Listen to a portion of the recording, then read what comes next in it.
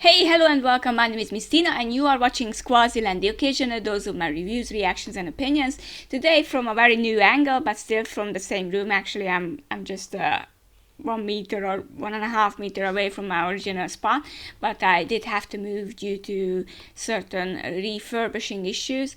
But it's very nice to see you again. There is a chapter this week that I know, and somebody said that it's going to be, how was it put? So there are going to be sketches due to Oda's house or something like that. I heard this. This is the only thing I have heard about this chapter, so hopefully this is it. I don't know. I don't know what to expect. Naturally, the backstory of Kuma will go on and will probably make me tear up a bit. I don't know, because it has been pretty sad and dark so far, so I'm not going to expect to laughing my behind off, so to speak. But I think it's about time that we actually start the reaction to this chapter. Yes, and of course there's going to be a break. It's very much expected at this point, right? So, well, too bad. But it's going to be chapter 1098, which means that this year we are going to have quite a round number and quite a huge number as well. So let's just dive into it, shall we? And thank you very much for the comments and the likes. I really appreciate it. If I ever forget to thank you, that's just because I'm really focusing on, keeping it compact, keeping it simple, but keeping it somehow entertaining. I don't have much time to edit and do everything. I'm really on my own on this one, but never mind that. Let's focus on this chapter, shall we? So I already saw the title. I'm really excited because the birth of Bonney. This is the interesting issue, and this is where we really see how is it going. And okay, this chapter's manuscript is unfinished. Sorry, Oda. And we can see a cover request by Skywalker. Brook powering his electric guitar solo with an electric eel. Well, naturally he was sick, and he had to be operated, so on. So I understand the problem with that. So I'm not really mad about that. The most important part is that One Piece will be finished maybe once, and it will be awesome. Because no, let's just dive into the chapter. So, Revolutionary Army HQ Baltigo, okay, that was back then, requesting backup. The Toomey uprising in the South Blue is looking bleak. We can't. Our hands are full dealing with the wounded at Goa. Okay, so they were at Goa too. Iwa-chan. And Kuma is like, I'll go. Don't be rash, Kuma. You have been attacking reckless ever since that day. What the? This guy is huge. Where did you come from? State your name. He's like, Jinny's been captured, and he's really focused on that. Wow. Never seen his eyes being mad. Yes, sir. It seems she caught the eye of a celestial dragon. Oh. Okay. They took her on a government ship because the celestial dragon wanted to make her his bride. Okay, and people are happy we won. Finally, after 3 years of struggling, we couldn't have done it without the Revolutionary Army. And the enemy took us by surprise.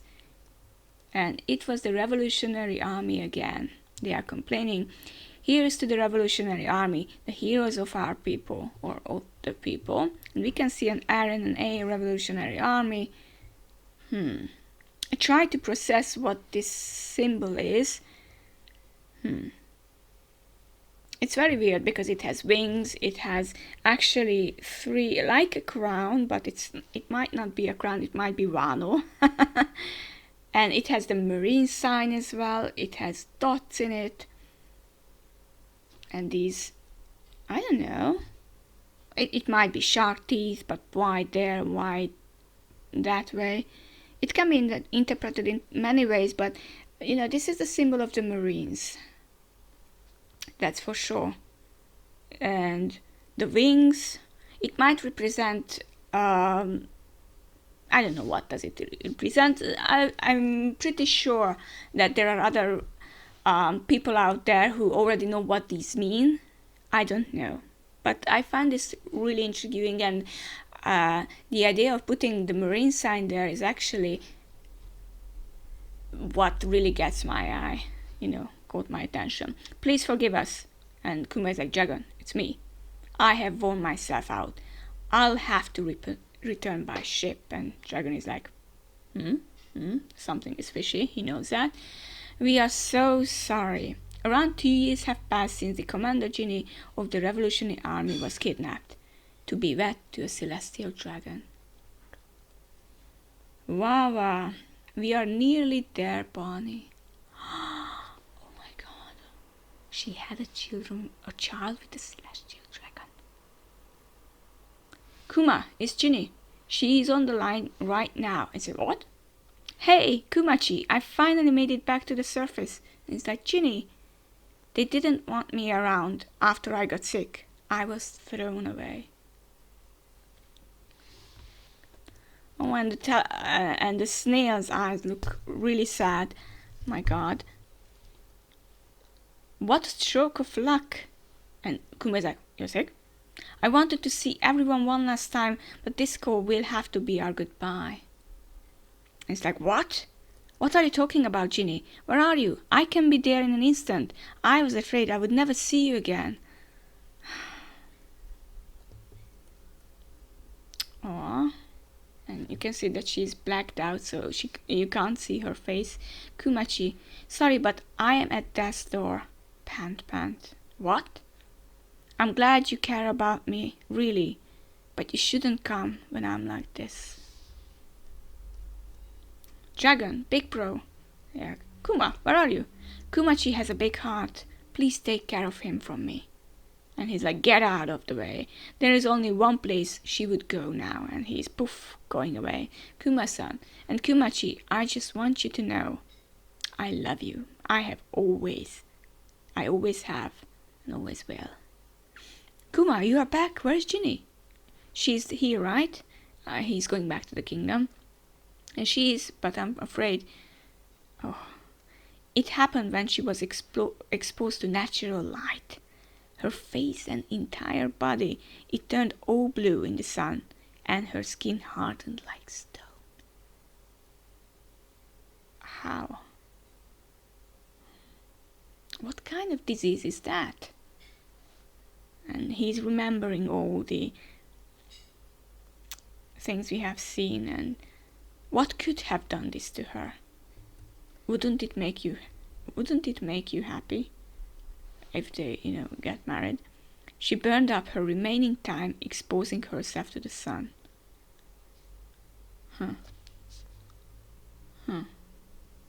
It's very similar to the Thriller Bark events, that you couldn't go out to the sun or you will be dead. And it seems like that this is a similar case.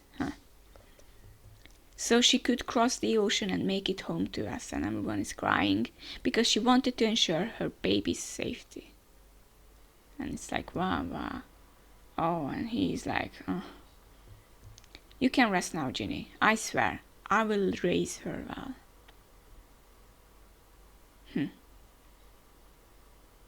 And what's that? That's all wrong. You are tilting the bottle too much. Okay, they are trying to tell Kuma how to raise a child. Poor guy. Is this better? Bonney-chan still looks uncomfortable. I'll show you how it's done. She's so cute. And if you are gonna be sleeping next to her, make sure her cot is like an iron cage. We can't have you smushing her in your sleep with that massive body. Oh, you are quite a heavy drinker, Bonney-chan. I'm sure you'll be as much of a glutton as Ginny was. And she's like, I'm still hungry, and he's crying. Oh my god, I'm going to cry too. And she's like, Daddy, and he's crying, and oh, she looks so precious there. And he's like, yeah, she's walking, and he's happy, giving her food and everything, and he's still fighting as a Revolutionary Army guy, and bathing her, and fighting, sleeping in the iron cage. Okay, and there is young Sabo too. Kuma, what in the world are you doing? You have boarded up all of the church's windows. Okay, what happened? Huff, huff. Pan, pan, close the door. Okay, there is something going on there. Take a look here below her eye. Is that a blue stone? Hey, isn't that? It looks just like what Ginny had at the end. Huh. I'll call a doctor, thank you. It's caused by sunlight, you say? Are you sure? Why don't we try taking her outside? Are you insane? It doesn't seem to be white light poisoning. I'm sorry, I'm not familiar with this condition. You are quitting the Revolutionary Army? Everyone is like, what? And Bonney's contracted the same disease her mother had? Yes.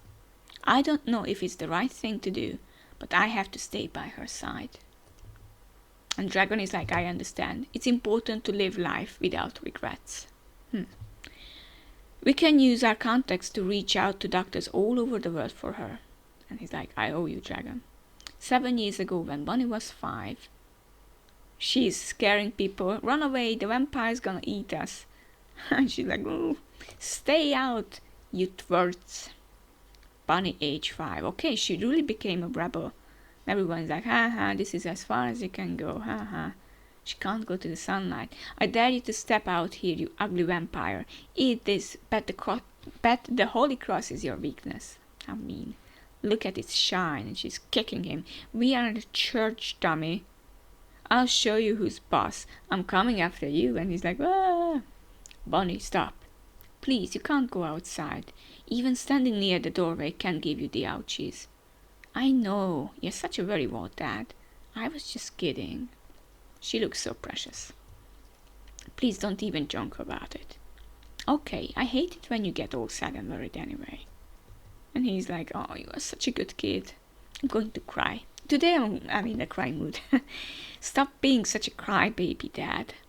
Those jerks. They made fun of my face stones again. Are they really that weird? It's not like I can help them. I didn't ask to get sick. And he's like, you mean your jewels? What? They are just jealous because you have got such pretty jewelry. And she's like, this is where the name comes, Jewelry Bonney. You think so? You betcha. I love them. Hey, Bonney, if you were to go on a trip, where would you like to go? For when you are better, I mean. Oh, I know. Have you heard about the legendary Sky Islands? And he's like, there are islands way up in the air? She's like, that's right, I read about it in this book. It's close to the sun, so maybe we will see Nika up there. You would love that, right, Dad? She's thinking about Kuma. Dun dun dun dun dun dun dun dun. That sounds like a grand adventure. We can go there to have a big celebration for your 20th birthday. Why 20th? Huh? Where should we go for your 90th? And Fishman Island. After examining your daughter, I have concluded that she suffers from the sapphire scale. I'm afraid it's incurable. You know what it is? I'm sorry to ask, but can you please speak a bit quieter? It's like these days you almost never see it. Those stones grow exponentially when bathed in any form of natural light, like the sun or moon. But even if you completely prevent any exposure, I'm afraid it's only a matter of time before the disease catches up with you. Forgive me for being so blunt, but your daughter has another 5 years at best. It will be a miracle if she reaches her 10th birthday. I'm afraid it's simply terminal, going by our current scientific understanding. It will be over by her 10th birthday, and Kuma is distraught. This isn't fair. She is already growing into such a strong woman. Is there really no cure? And she's like, boo! Poor Kuma. Bonney, I thought you were asleep. I heard it all. You said it will be over by my 10th birthday, right? Precious. Your 10th? I have no idea what you're talking about. She's like, I heard you say it. Hey, are you crying? Is it something I said? Yes, when he said you are 10. It was about your illness, Bonney. That stupid doctor. He told me that your condition is going to continue as it is till you are 10. She's like, huh? It's just such an appalling amount of time. I couldn't help but get down after that. She's like, that'll mean I'll be all better when I'm 10, right? So we can go on those trips. Isn't that right, Daddy? Oh no, what have I done? Yeah, you gave her false hope. Of course. By the time you have turned 10, you'll be cured. Yippee! She's like, oh, what am I going to do? Never promise anything to anyone. A familiar nightmare would soon descend on the kingdom of Sorbet only 1 year later. Kuma, you have got to save us. King Bakori has returned, and he is just as monstrous as ever. It's just like 16 years ago. He still wants to cut loose the country's dead weight. He's going to burn the people in their homes. And it's like, what? The never-ending tragedy continues to unfold. The end. And break next week. Wow. Heavy chapter for sure. And yeah, I didn't want to cry, but I was teary-eyed very much. This isn't just fair.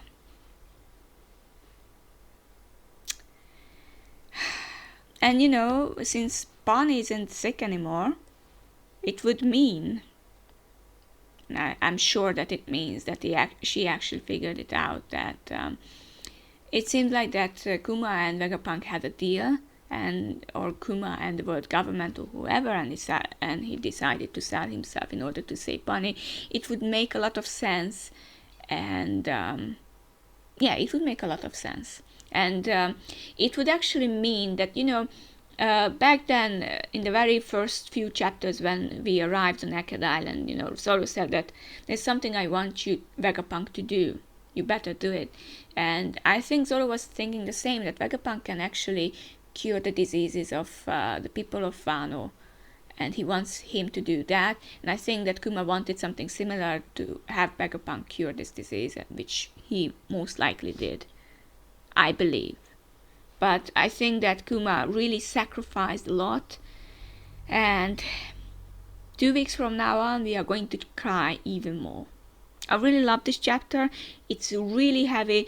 I'm not mad about the sketches or the sketchiness of the chapter or the unfinishedness of the chapter. It's like, you know what, as long as it's going to be fine later on, I'll just accept it. I mean, One Piece is one of those detailed mangas. You get so many details that, you know, there are events when you don't even get that. I mean, if you look at other mangas, really, this is like a dream, even in this form too.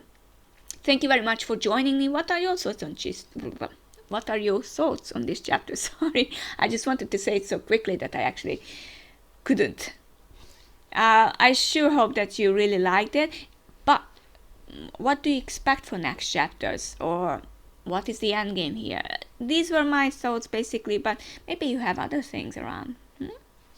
Thank you very much for being here. You know what to do. Leave a comment, like the video, spread the joy and everything. That, well, here's a good video, if you liked it, of course. But if you didn't, then it's obvious. Thank you very much for being here. Have a wonderful and nice week ahead of you. Bye bye until then.